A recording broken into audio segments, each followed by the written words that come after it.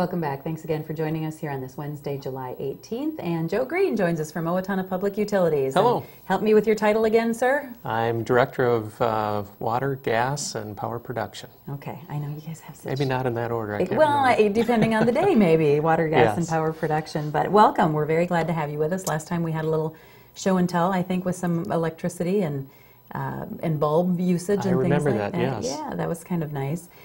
Before we get into talking about usage, especially here during the summer and how it affects us and how it affects, obviously, the public utilities, we, of course, know that the power plant signage has come down and is getting some facelift, kind of, it or is. whatever it's getting. It's been up there for 75 years. It's amazing, and isn't it's being refurbished, and it's being upgraded with LED lighting technology. As it should. It should. Yeah, because and it's promoted elsewhere. But yeah, we expect it back probably in a few weeks. Okay. Probably around fair time. Okay. I'm getting some updates from them and some pictures, and everything's going very well. Well, it's a big project. All It the is. letters, it said, now I see, I can't even remember, power plant? Owatonna Power Plant. Owatonna Power Plant. I mean, Yes. that's a lot of refurbishing to do, so. It is. Okay, well, we'll look forward to seeing that, too. And by the next time we have you on, maybe it'll be up and running or close to I it. sure hope so. Yeah.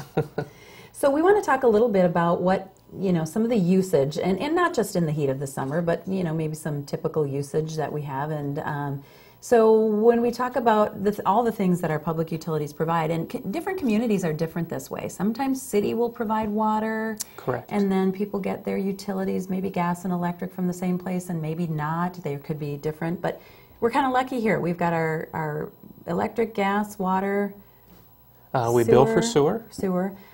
All collected here. So Correct. You get to talk about all of those things. So how do we do here for water usage in the Owatonna area? Well, we're just last week we hit a peak as far as water usage for the year, and it could go higher, but we used one day 7.7 million gallons of water. Oh my gosh. And for July, with this hot weather, we've been averaging about 6.9 million gallons of water. We have a very good supply of water. We're very fortunate living in the Midwest, living in this area, and we have some of the best water quality in the state or around. And even though I work for the utilities, it might be a little biased, but it is true. And so we still encourage people to do conservation, to water at the right times, and that helps. And people really do respond when we ask, and we do have good communication. Let's mention what the right times are again, if we can, just briefly. What are the right times to water? Our grass is getting pretty dry. And, and some people really like them to stay green and lush, and others of us let it get a little browner than others, and maybe we're not out there. But when is the best time to do it? Morning and evening. Okay. Morning and evening. I think most people know that, and try not to water the concrete. And water your plants at night. Hold the moisture better. Okay. It won't evaporate. Just kind of common sense sort of thing. It really is, yes. All right. Okay.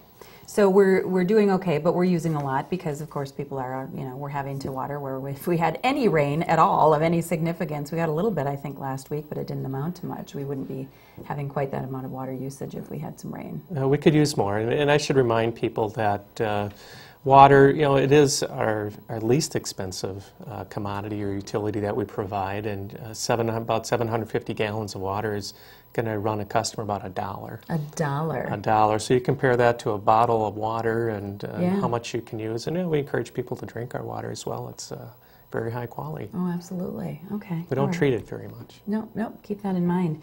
Obviously, there are other areas of the utilities that come into play too during the heat of the weather, and we've got peak alerts, which I'm assuming we've had a handful of this year, where it's really severe enough. The weather is very, very hot. Yeah, we've had some prolonged heat and hot weather, and it's going to continue. It looks like, and Yippee. We're in July, and we're midway through, but August is still coming, and that can be a very hot time of year.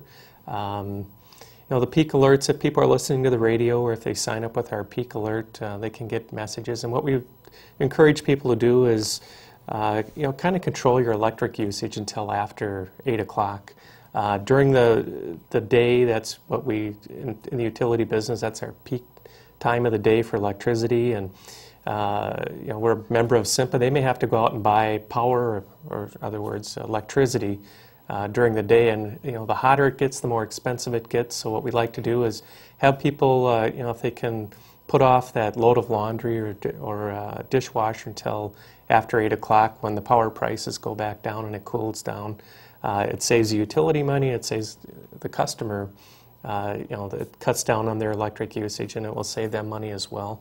And that's important because if we have to spend more to buy power, we have to pass that on to our customers. So it affects everyone. Sure. The more we think about it, and it's really those major appliances that you're talking about. And Right. obviously, we're not going to unplug our refrigerators and No, do we silly don't. things like that. But Absolutely not. Don't encourage that. But those things that can possibly wait for a few hours until we get into the Right. evening should be. And typically our peak will happen around 5 o'clock during the day. Okay. And I know there's always announcements going out too over the radios, and people can log on probably and find out that we're in a peak alert. And They can go to our website, owatonnautilities.com, or they can email us at peakalert@owatonnautilities.com and get signed up, and they'll get an email notification that there is a peak alert. Okay. Okay. And that's helpful. That's a great way to get it as well. There's a way to kind of manage it and that's exactly what it is. It's a load management program so that there's a little bit of control from the public utilities to kind of help with the distribution of power that's going out during the day. That's right. It's a load management program. We have over 7,000 customers that are signed up for that now, or a lot of customers may not even know if they have a load management unit on their, it's mounted on the side of their house. It has some red lights and it's near the air conditioner. But it allows us, people at OPU, to send a signal to that air conditioner we'll shut it off for 15 minutes, and when we can do that all at once near the end of an hour, it will cut down on our electric usage. So, and customers, by being in that program, will save on average about $40 per year by being in that program. It's on your bill. It will show that you're in the load management program, and if you're not, contact us at 451-2480, and we will get you signed up and get someone out there to get it hooked up. To get the load management on. Good for everybody, good for yourself, and good for everybody. Let's talk a little bit about electric safety here in the summertime. We're out and about more, and there are some things we really need to pay attention to. We do. Electric safety, and I think as kids, and we have to remind people, and other kids as well, and including contractors, anybody working around power lines can be very dangerous. We encourage people to stay 10 feet away from power lines, from substations. I think what's interesting, people always wonder, well, why can a bird sit on a power line, and why is it so dangerous? It looks pretty safe up there. It is. Well, oftentimes we're sitting on the ground, and if we touch a power line with a ladder or something, what that'll do is you'll make a direct connection between the ground and that wire, and you can be electrocuted. But a bird is only touching one wire. A squirrel, on the other hand, unfortunately, we put devices on power poles to keep them away. But oftentimes they still get into the wires and they get near the poles, and that's where oftentimes you'll see those outages.